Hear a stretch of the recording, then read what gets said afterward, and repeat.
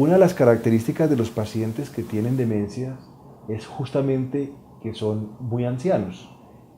Y las pacientes que son muy mayores o tienen mucha edad se caracterizan también por tener múltiples enfermedades. Eso hace que el enfoque y el tratamiento de las personas con demencia y con otras enfermedades tenga una particularidad que no la tendrían si no tuviese esta enfermedad. Por ejemplo, cuando una persona tiene una demencia y tiene que ir donde el odontólogo porque tiene un problema dental, pues realmente se requiere primero que el odontólogo sepa de la enfermedad y a su vez que realmente sepamos en qué grado de compromiso está la enfermedad de Alzheimer o cualquier otra demencia para justamente buscar la cooperación o la colaboración de los pacientes. En su gran mayoría, sobre todo cuando el diagnóstico está instaurado, los pacientes con demencias no suelen colaborar. Por lo cual, en ese caso en concreto de la odontología, se requiere de una anestesia y de una preparación que por supuesto debe estar de forma interdisciplinaria con especialistas que puedan ayudarnos a dar la anestesia. Si bien es cierto que hay procedimientos sencillos como la extracción de una muela, por ejemplo, o calzar una de ellas, poner una amalgama o algún tipo de intervención, pues podríamos buscar la colaboración del paciente. Pero es indudable que en la mayoría de los casos vamos a necesitar programarlos y posiblemente requiramos de consultorios de odontología que estén capacitados para dar este servicio. En Colombia en general y en Bogotá en particular tenemos odontólogos especializados en esa área que perfectamente saben lo que acabamos de decir y dan servicios bastante integrales y muy orientados hacia la parte de intervención odontológica en pacientes con demencia. Otra situación particular e importante es cuando el paciente debe acudir a la consulta del oftalmólogo. Los oftalmólogos requieren de la colaboración de las personas y es por ello que se han inventado o tienen una serie de herramientas que son bastante útiles para hacer la valoración oftalmológica adecuada. Bien sería el ejemplo de pediatría. Los niños cuando van ante el oftalmólogo pues tienen una serie de instrumentos basados en colores, basados en líneas, que realmente pueden orientarnos a si existe una mejor percepción o una peor percepción de la visión, especialmente cuando el optómetra, que es quien auxilia al oftalmólogo en esta parte de poder formular unas gafas, nos va a hacer una adecuada evaluación.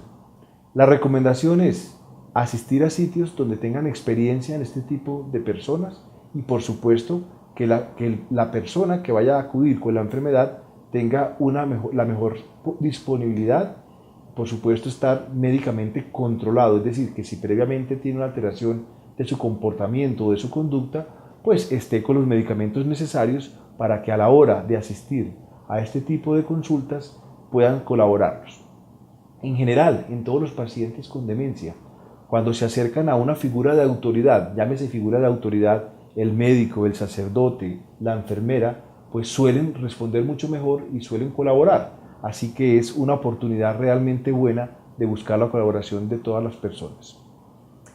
Cuando una persona tiene una demencia y debe acudir a un hospital, generalmente tienen muchos mayores riesgos que las otras personas. Por ejemplo, podrían desarrollar un síndrome mental denominado delirium, donde se desorientan con mayor facilidad, se confunden, realmente incluso se pueden tornar agresivos e irritables, o por el contrario, estar muy dormidos, muy inapetentes o poco colaboradores.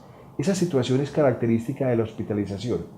Es recomendable, cuando esto ocurre, que siempre esté acompañado de un familiar o de un ser que puedan reconocer claramente como un acompañante continuo y permanente. Los periodos de la tarde y de la noche suelen ser más difíciles por ese síndrome, se llama síndrome crepuscular o el síndrome del atardecer. Y en la hospitalización es mucho más claro. Hay muchas medidas preventivas cuando la persona debe acudir a un hospital que podríamos poner en práctica, como por ejemplo la luz, deben tener muy buena cantidad de luz, el control del dolor. Los médicos tenemos realmente esa función de si la persona tiene dolor, eso desencadena desde luego alteraciones más importantes en su comportamiento. Entonces recomendaríamos tener un buen control del dolor, la movilización, la continencia. Muchas veces quieren ir al baño, no lo podemos entender y es necesario poder entender todas estas variables. La temperatura y buscar un medio mucho más tranquilo dentro del contexto de lo que es un hospital para las personas con demencia es loable y es necesario buscarlo.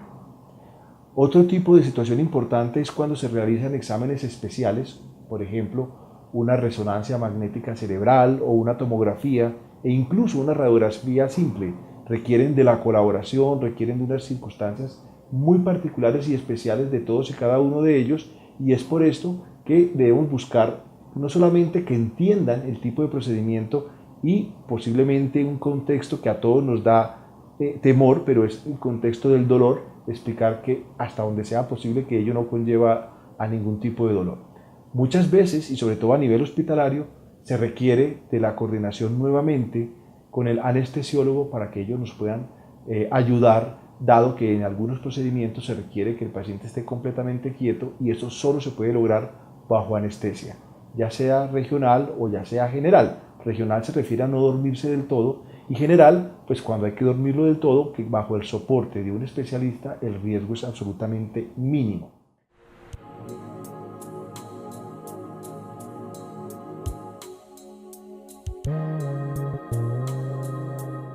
Un punto importantísimo para tener en cuenta es que las personas ancianas con demencia que reciben muchos medicamentos, muchas veces justificados por la presencia justamente de muchas enfermedades, a su vez esta situación en una especie de círculo vicioso puede llevar a peores respuestas y a situaciones mucho más difíciles de controlar. La polimedicación se define cuando se toman más de 4 medicamentos en un día. Es muy frecuente encontrarlo en geriatría y por supuesto debemos entonces evaluar la pertinencia y la necesidad de todos y cada uno de estos medicamentos. Se han hecho estudios donde personas que consumen más de 4 medicamentos, los efectos secundarios son mucho mayores, es mucho más difícil y también en esos mismos estudios se ha encontrado que muchas veces esos medicamentos son mal formulados o son medicamentos innecesarios o posiblemente no han entendido muy bien la duración de los mismos y los tienen de por vida. Así que podríamos resumir que existen realmente 3 tipos de medicamentos en los cuales podríamos, digamos, favorecer a cualquier persona y en este caso a los adultos mayores. Primero, los medicamentos que son absolutamente necesarios para poder vivir y para poder estar en un funcionamiento normal. El mejor ejemplo de esos medicamentos es la insulina. Las personas diabéticas que requieren de insulina, pues se les debe administrar la insulina para poder vivir. Ese es el grupo 1 o el grupo A de los medicamentos necesarios para vivir. Por favor, mantengamos estos medicamentos porque realmente son necesarios. Pero existen los medicamentos del segundo grupo o el grupo B. Esos medicamentos son medicamentos que podrían tener algún beneficio, pero durante un periodo de tiempo limitado y posiblemente no sean necesarios de por vida.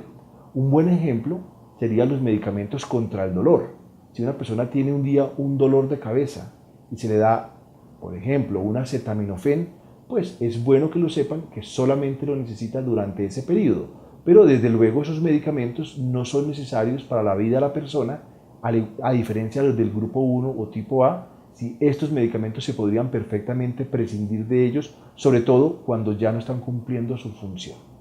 Y el tercer grupo, que es el que más me interesa que tengamos cuidado, son los medicamentos que son innecesarios y se prescriben de una manera absolutamente libre. No solamente los prescribe el médico, sino también el vecino, la amiga, el amigo, las personas que parecen que tuvieron alguna experiencia o que simplemente lo ven en algún medio de comunicación, ya sea la televisión o la radio.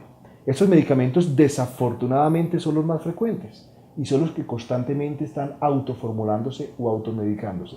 Fuera de que no tienen ningún beneficio, muchos de ellos tienen efectos secundarios indeseables, así que es recomendable para todos que revisemos qué tipos de medicamentos son y cuando los medicamentos son del tipo 2 o segundo, replantearnos si realmente los deben seguir tomando y cuando son del tipo 3, es decir, medicamentos innecesarios, suprimirlos porque desde luego son bastante nocivos para la salud de cada uno de ellos.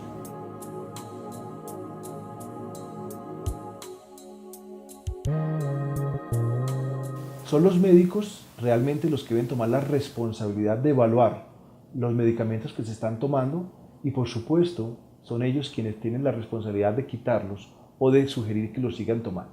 Una buena estrategia para este tipo de conductas es pedirle a la familia o a los cuidadores que lleven en una bolsa toda la medicación que tienen y que, de lo que consideren ellos que son medicamentos o no son medicamentos. Por ejemplo, El ginkgo biloba, por decir algún medicamento al azar, es un medicamento de esa tercera categoría que realmente son innecesarios, pero pueden producir hemorragia cerebral. Es decir, hay personas que por tomar ginkgo biloba pueden tener un efecto indeseable. Si definitivamente la medicación no tiene ningún beneficio, en ese caso hay que retirarla. Así como eso, ocurren ejemplos de medicamentos absolutamente nocivos. Por ejemplo, la famosa metrocoplamida o el placil. ¿Sí? Es un medicamento que produce delirium, Parkinson, depresión en personas que lo están tomando por más de 3 meses. Es decir, además es absolutamente innecesario muchas veces y son medicamentos absolutamente nocivos. Y podríamos seguir diciendo una lista enorme de medicamentos que solo producen efectos secundarios y ningún tipo de beneficios.